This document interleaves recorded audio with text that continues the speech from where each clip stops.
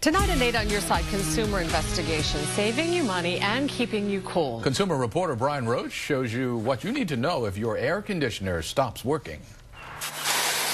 A routine maintenance call on her 20-year-old air conditioner was anything but routine for Linda Davis. I needed 2 to 3 pounds of Freon, which was going to cost me $200 to $300, at which time I was shocked. Before she said okay, Linda remembered that a friend of hers just a few days before had Freon put in her AC unit.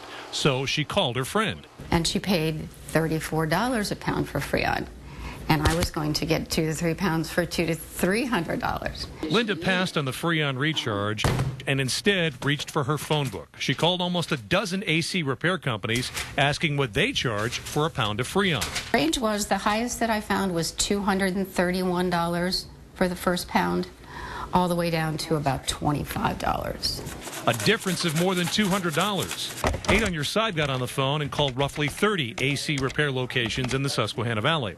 We also found Freon prices ranging from $30 a pound to more than $200. Pretty shocking, isn't it? And here's the reason why. If you have an older air conditioner unit like this, it's been using Freon called R22 for decades. But that Freon is now being phased out to protect the ozone layer. So the older your AC unit is, the more costly and more difficult it may be for you to find the right Freon.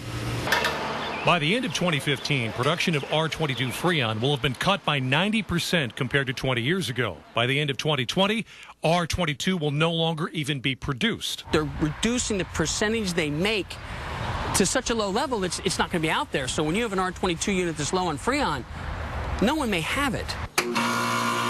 Central air conditioning units that use R22 refrigerant are no longer even made as of January 2010.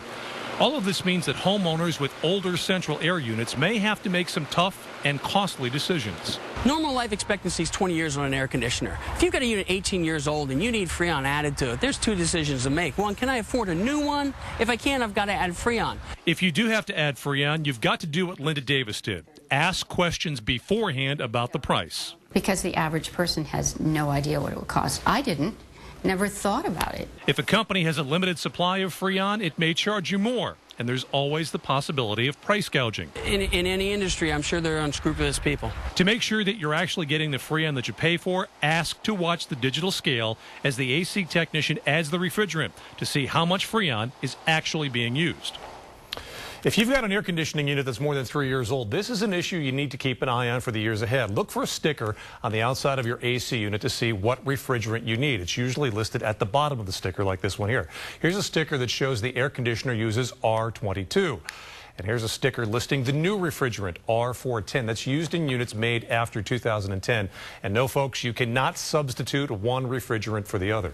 It helps to do exactly what Linda Davis did. Call around and get prices. As I always say, educate yourself, protect yourself. But keep in mind that you've got, when you call these places, you've got to keep in mind whether it's the price of just a service call or if they're including the price of the Freon. Some of them do it differently, so ask that question. The bottom line is this, folks. The older your air conditioner is, the more you got to be concerned about this.